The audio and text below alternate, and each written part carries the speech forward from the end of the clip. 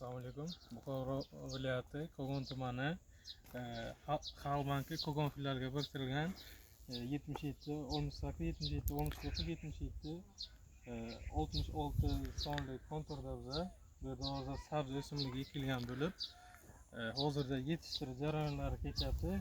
Mineral va ozuqalar berilib kelinmoqda. Yetishtirish davomida yangi sug'urish tizimlari ham ishlatib kelinmoqda. Hozirgi kunda bu dehqon xo'jaligi 15 nafar fuqaroga dehqon xo'jaligi shaklida bo'lib berilgan bo'lib, hozirda hamma yerda sabzi o'simligi ekilgan.